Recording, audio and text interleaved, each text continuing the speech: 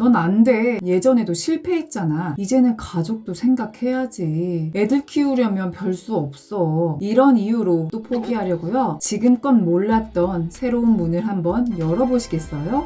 안녕하세요. 둥이변리사 둥변입니다. 2번 이상 둥이변리사가 읽은 책, 오늘의 두둥책은 알렉스 바나얀의 나는 7년 동안 세계 최고를 만났다 입니다. 우선 이 책의 저자인 알렉스 바나얀을 먼저 알아볼게요. 저자는 굉장히 독특한 방식으로 세상을 보는 사람인데요. 그는 오직 의사가 되기 위한 목적 하나만으로 공부를 했고 결국 미국 서부 명문대학교인 USC 의과대학에 입학을 했죠. 하지만 되려 의대 입학을 한 후 인생의 터닝 포인트가 되는 질문을 자신에게 하게 됩니다. 누구도 자신의 이름을 모를 때, 누구도 만나주지 않을 때 성공한 사람들은 어떻게 꿈에 그리던 직업을 얻게 되었을까? 당장은 가진 것이 없었기에 질문으로만 남아 있었지만 이후 퀴즈 프로그램에서 우승을 하며 선물로 요트를 받게 되었고 그 요트를 팔아 돈이 생기자 자신의 물음에 대한 답을 찾기 위해 계획을 세웁니다. 바로 성공한 사람들을 인터뷰하기로 한 것이었죠. 이렇게 세계적으로 유명한 사람들의 인터뷰가 시작되었고 그것들을 정리한 것이 바로 이 책인데요. 저자는 인터뷰를 통해 성공한 사람들만이 가질 수 있는 공통점을 발견합니다. 어떤 공통점일까요? 바로 세 번째 문이었답니다.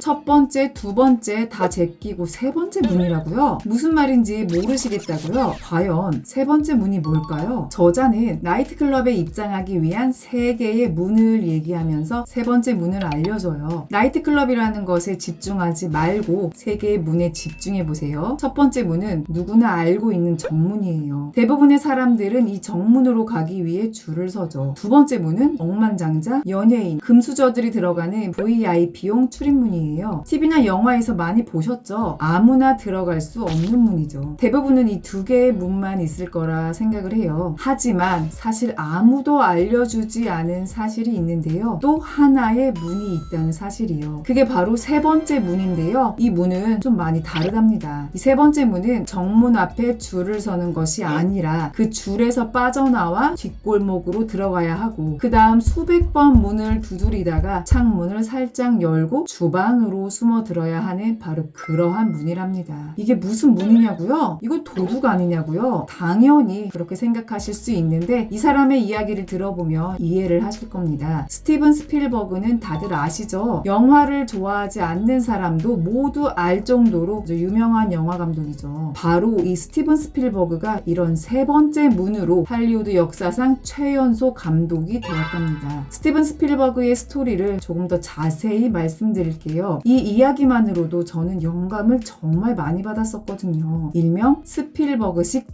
접근법인데요. 스티븐 스필버그는 어렸을 때부터 영화 감독이 되고 싶다는 열망이 엄청났어요. 그는 영화계에 들어가기 위해 남들과는 다른 길을 선택했어요. 그는 유니버설 스튜디오 투어버스를 타고 견학을 하던 중 다른 방문객들처럼 스튜디오를 둘러보는데 그치지 않았어요. 투어 중간에 버스에서 내려 몰래 스튜디오 내부로 들어갔고 거기서 그의 멘토가 될 척 실버스라는 사람을 만나게 되었고요. 척 실버스는 스티븐 스필버그가 영화 지망생임을 알고 3일짜리 출입증을 주었는데요. 이후 스티븐 스필버그는 3일 내내 유니버설 스튜디오로 출근을 했고 4일째에도 당당하게 정문으로 손을 흔들며 입장을 했다고 해요. 무려 3달 동안이요. 그 기간 동안 그는 그곳의 직원들과 자연스럽게 어울리며 영화와 관련된 많은 정보들을 얻을 수 있었고 결국 헐리우드 역사상 대형 스튜디오와 계약한 최연소 감독이 되었답니다. 이게 바로 이 책에서 말하는 세 번째 문이랍니다. 이 책은 세 번째 문으로 가는 방법을 5개의 스텝으로 나눠서 알려주는데요. 1. 줄에서 빠져나와라. 2. 숨어있는 골목을 찾아라. 3. 내부자를 찾아라. 4. 장애물을 뚫어라. 5. 세 번째 문으로 들어가라. 여기서 오늘 제가 나눌 부분은 네 번째 스텝인 장애물을 뚫어라 부분인데 여러 개의 장애물을 뚫을 수 있는 방법 중에 제가 꼭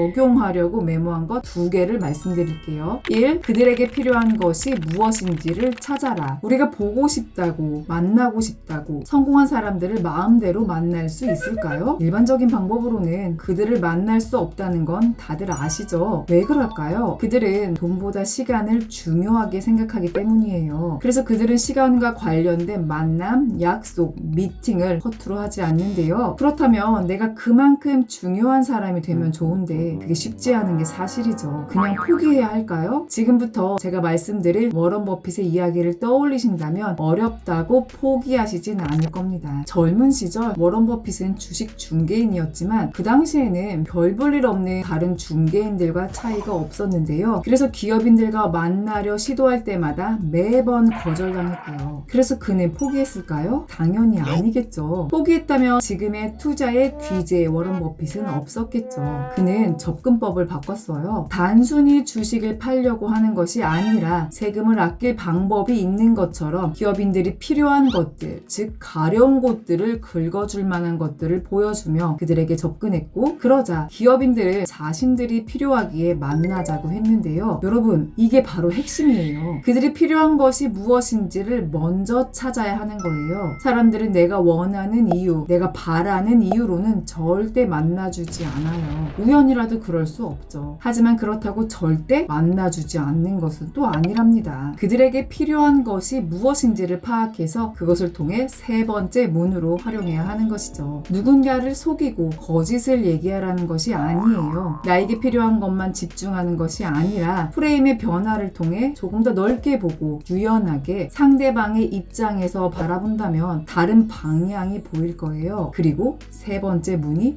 열릴 것입니다. 이 두드릴 수 있는 문은 전부 두드리라. 앞의 얘기와 연결되는 것인데요. 누군가 한 번 거절했다고 그냥 거기서 주저앉아야 하는 것일까요? 내가 한 번 두드렸던 곳뿐만 아니라 누가 봐도 안 될 것 같다거나 크게 관련이 없을 것 같더라도 두드릴 수 있는 곳은 다 두드려봐야 해요. 즉, 실패를 두려워 말고 할 수 있는 노력은 최대한 해야 한다는 건데요. 토크계의 전설로 불리는 레리 킹의 이야기를 예로 들어볼게요. 특유의 멜빵으로 유명한 그는 닉슨 대통령 이후 미국의 모든 대통령을 인터뷰했을 정도로 미국을 대표하는 인터뷰어라고 할 수 있는데요. 그 역시 시작은 쉽지 않았어요. 라디오 방송에서 일을 하는 것이 꿈이기는 했지만 경험도 없고 경력도 없는 그를 받아줄 리 없었죠. 그럼에도 그는 방송계에 입문할 수 있는 방법을 알려달라고 여기저기 문을 두드렸는데요. 그의 목소리가 좋으니 빈자리가 생기면 채용을 고려해본다는 얘기를 들었고, 그 후 그는 계속 그 주위를 머물면서 아나운서들이 뉴스 읽는 모습을 관찰하며 청소를 했다고 해요. 그러다 어느 날 한 사람이 그만두면서 우연히 기회를 얻게 되었다고 합니다. 정말 우연일까요? 열정과 끈기가 없었다면 이런 일이 가능했을까요? 아무런 경력이나 경험이 없었기에 방송국에서 많은 무시와 거절을 받았지만 레리 킹은 두드릴 수 있는 모든 문을 두드리는 도전과 열정을 통해 결국 방송국으로 들어가는 문을 연 것이랍니다. 여러분은 어떠세요? 제 얘기를 해보자면 저도 나름 자기계발서를 읽어볼 만큼 읽어봤다고 할 수 있기에 목표까지 가는 길에 수많은 실패가 있을 것이라는 것을 머리로는 잘 알고 있답니다. 그리고 그 실패를 이겨내고 끊임없이 도전하며 이곳 저곳을 두드려 봐야 한다는 것도 알고 있죠. 하지만 잠시의 부끄러움 그리고 잠깐의 쑥스러움 때문에 쉽게 두드리지 못한 것도 사실이죠. 아니, 한 번 두드린 곳을 다시 두드리지도 않았던 것 같아요. 이 책을 읽으면서 저의 열정을 다시 불태우며 도전 정신으로 이곳 저곳을 두드려 봐야겠다는 생각이 많이 들었답니다. 여러분도 당장 내가 두드릴 수 있는 것들은 꼭 두드려 보시기를 바랍니다. 여러분, 오늘 여러분의 장애물은 무엇인가요? 꿈을 향해 나가고 싶은데 어떤 것 때문에 주춤하신가요? 넌 안 돼. 예전에도 실패했잖아. 이런 내면의 목소리가 장애물일 수도 있고, 너한테 들어간 돈이 얼만데 이제는 가족도 생각해야지. 이런 가족들의 반대일 수도 있고, 내 나이가 몇인데 도전을 어떻게 해. 애들 키우려면 별 수 없지. 현실적인 눈앞에 있는 여건들이 장애물일 수도 있죠. 이미 정문의 줄이 길거나 VIP가 되지 못한 나 자신을 탓할 수 있습니다. 하지만 이것을 잊지 마세요. 우리 모두에게 세 번째 문이라는 기회가 있다는 것을요. 과거의 실패 실패 경험이, 주변의 반대가, 눈앞의 현실이 나를 방해하더라도 이 장애물들을 뚫어낼 수 있다면 분명히 우리에게 세 번째 문은 열릴 것이랍니다. 혹시 장애물을 뚫어낼 힘이 생기지 않는다면 발명왕 에디슨의 이 말을 기억해보세요. 성공하는 가장 확실한 방법은 항상 한 번만 더 시도하는 것이다. 오늘도 한 번만 더 시도해 세 번째 문을 열고 성공으로 달려가는 여러분이 되시기를 바랍니다. 지금까지 둥이별리사 둥변이었습니다. 오늘도 원하는 것에만 집중하는 하루, 행복한 하루 보내세요. 감사합니다.